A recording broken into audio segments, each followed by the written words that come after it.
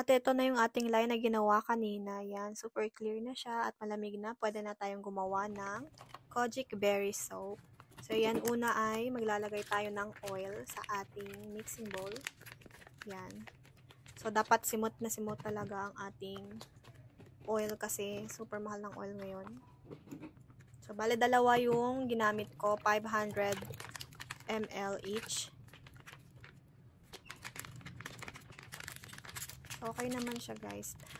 The best quality talaga itong Baguio pure coconut oil kaysa sa ibang brand. So lang, parang yung kinalabasan niya is maganda. Solid shiny siya, super soap. I mean, super soft soap tuloy. So yun, naglagay na rin ako ng Mika colorant. Kulay pink, syempre, para ganda yung ating soap. Since Kojic Berry naman siya, so dapat pink. Pink na orange pwede. Parang ganun. So, mix-mix lang hanggang matunaw. Ganun pa rin ang procedure natin sa paggawa ng soap. Hindi nagpabago. So, dapat mix-mix. Dapat walang buo-buo sa ating mixture.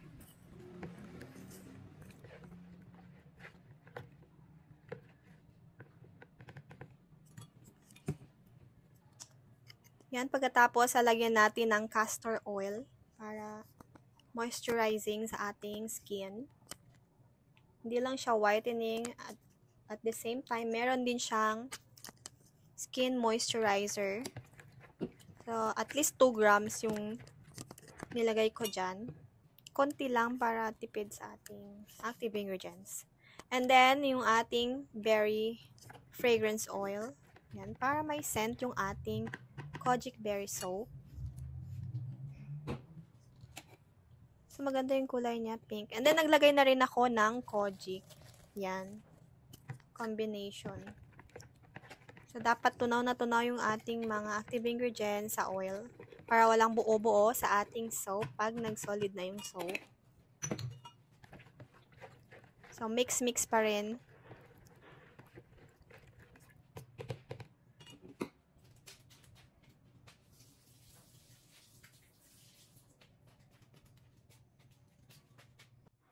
Pagkatapos ay mix na natin gamit ang stick blender.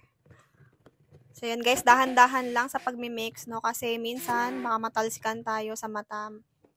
Sobrang hapdi pa naman. So, yan yung ating lye. Mix na natin sa ating oil. So, mix-mix. Dapat marunong mag-observe. Dapat kung thick consistency na siya, yun, pwede nyo nang ilagay sa molde. So, yan, observe muna tayo dito. Mix-mix pa rin.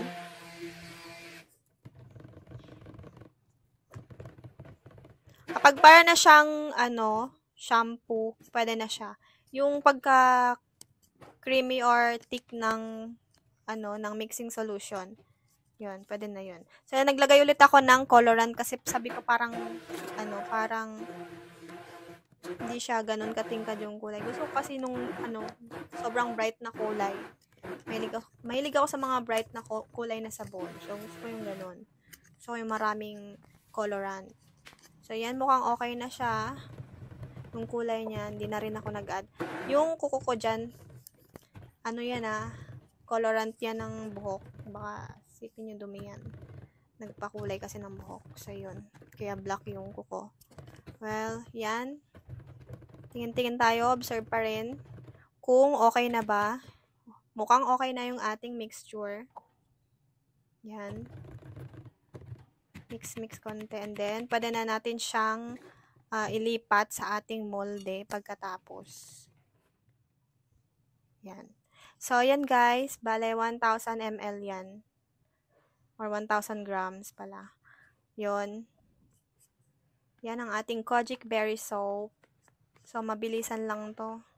Mabilis lang naman talagang gumawa ng sabon. Pero dapat doble ingat lang kasi medyo mahapdi sa balat kapag natalsikan tayo ng active ingredients. So, yun. Hindi ko na yung ibabaw kasi magsasolid din yan. Tapos, i-scrape ko din siya sa ibabaw pag nag-solid. So, yun guys. Pagkatapos ay takpan natin yan, no. Hindi ko na pinakita paano ko tinakpan, pero takpan nyo ng cardboard or tela. Pwede din na, kahit anong pantakip pwede. Basta hindi lang tatama sa ating mixture, sa ating solution. So, yan, nag-solid na siya, guys. Yan yung kulay niya. So, medyo may pagka-orange and pink. Then, ang aking soap cutter. Medyo nahirapan ako dyan, guys. Kaya nag-skip muna ako, no? Kasi first time kong gumamit niyan. And then, charan! Yan na yung ating result ng ating Kojic Berry Soap. So, yan lang, guys. Thank you so much. Sa mga nagtatanong, yan yung aking scraper. So, alam nyo na, guys. Search nyo na sa Shopee.